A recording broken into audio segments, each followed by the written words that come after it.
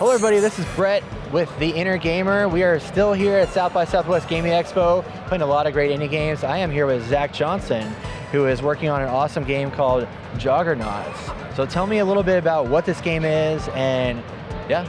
Yeah, well, first and foremost, Joggernauts is a cooperative multiplayer game. Okay. So there's a lot of competitive multiplayer out there. We wanted to do something in the cooperative bent.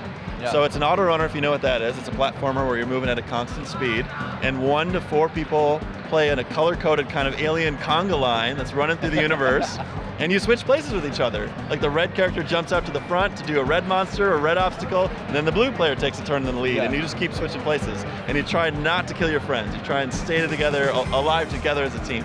So I played this yesterday, and I was sitting there, I was playing with a couple that I'd never met before in my life, and we're sitting there and jumping back and forth, and I think I'm ready to go, and I press the button, I'm like, oh crap, I didn't press the right time. Right. And they press another button, everybody starts freaking out. We were dying like left and right. And then you all told us that we can like increase the hearts. And I was like, this is great. You can go faster if you want to. If it's not hard enough, you can go 2x speed and just have one-hit team kill too. So where did the idea come about for this game, this like conga line mechanic shifting absolutely. thing? Well, so it's a runner game. You move. It's a platformer. You run at a constant speed.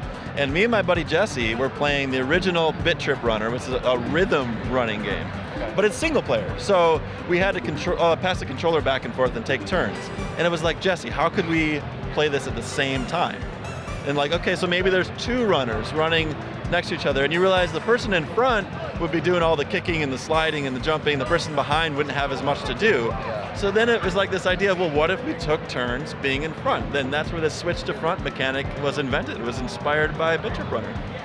So interesting. That's really cool. So I mean, you have 2 buttons. You have jump, and you have swap places. Switch to front and jump. That's it. 2 buttons. Yeah, it's super easy, but incredibly challenging because, like, I was like to call it losing my mind. deceptively difficult. Deceptively difficult. I like that. I like that.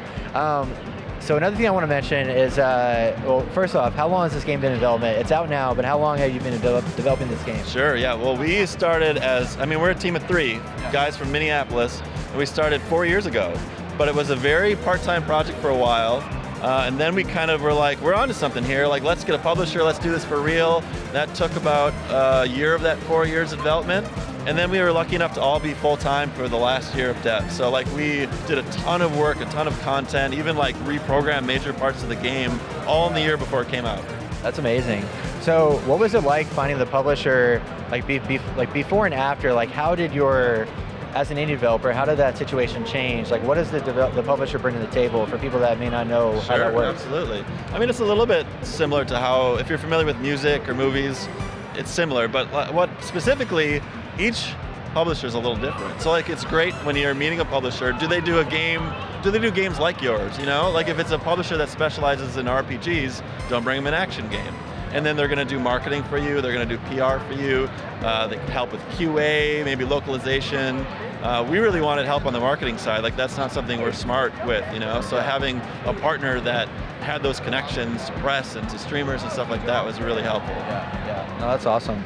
So another thing too, you mentioned you guys are from Minneapolis. That's right. Minneapolis, I feel like is, just in the game space, is probably a smaller community of game developers. So what's it like being in a smaller space like that? How do you get yourselves out there into the world where there's like these huge communities? Like, how do you go about that? Yeah, well, when we started, like our first event we ever showed publicly at was just a little event in Minneapolis. It's called 2DCon. It's awesome. Okay. And the cool thing is Minneapolis is not, I mean, we don't have AAA. It's not like crazy video game scene, but there's like there's a few of us, and we started to do these monthly events and stuff and test each other's games, and that's how our team came together. Is we'd have these we'd go to the bar, we'd show each other our little indie projects we're working on, and Tommy was like, hey, this seems fun. You're like, do you need an artist? And then Tommy and Rob had done a global game jam game together, and like that's how we connected with Rob to do all of our composition and audio design. What are your next plans after this? I mean, this is your first game as a team. At the studio, yeah. So the game's out now. Are you planning for DLC? Are you looking at ahead of your next game? Yeah. What are you looking at there? Well, we just did our first update that has got guest characters from Runbow, from West of Loathing, and from Bit Trip Runner, which makes sense since they inspired us. They're all great guys. Let us have put guest characters in our game. We added some new levels. We're going to come out in Japan. We're localizing in Japanese on the Switch and Steam. So we're going to keep that up, and we're currently prototyping our next game. So we're going to hopefully get to publish again with our publisher our next title. But we're still in the experimental phase there.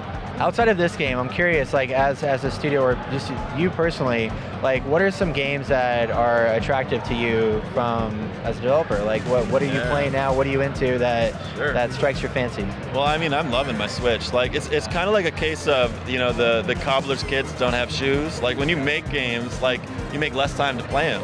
And the Switch really revitalized my actually stopping and playing games. It's been a great platform for me, and because you can take it with you. If you're trapped on the plane, come down here for 3 hours, you got video games with you. So, I mean, the games that we have as guest characters are some of my favorites right now. I love West of Loathing. I love its humor. I love that you can just kind of pick it up and play for a little while. I think my biggest hindrance in games right now are like 300-400 hour like epics, because I'll get started and get really excited, and then life gets in the way. And when I come back, I'm like, I don't even remember where I was in this thing, and I don't want to start over because it took 20 hours to get here. Yeah. So I really like things I can pick up, have a session with, set down, and then come back to next week and do the same thing. Exactly. I'm gonna get a lot of like bad comments for saying this, but I started God of War last year, and I got about 3 or 4 hours into it, and then like a billion other things came out, and I haven't been able to go back. And I know when I go back, I'm gonna have to start over because there's so many like deep mechanics to that. So I completely relate, and I think the Switch has been awesome for allowing that to exist and cultivate. I mean, more indie games are smaller, easier to digest kinds of experiences. I love Minute, because it takes that idea of an RPG and it makes it like just a concise experiment, in what's the very minimum you can put in an RPG and make it interesting. And I mean, you literally can only live for a minute in minutes, so it's like you can just have your session and then it's easy to set down and come back to. So I really enjoyed that. Yeah, that's awesome. So anyway, Joggernauts, everybody, you want to go check this game out. Where can people find you guys as a studio? Where can they find the game? All that stuff. So Joggernauts is on Steam and Nintendo Switch. You can find it in those stores. Our studio, Space Mace, is on all the things, at Space Mace Games, Instagram, Facebook, Twitter, all that.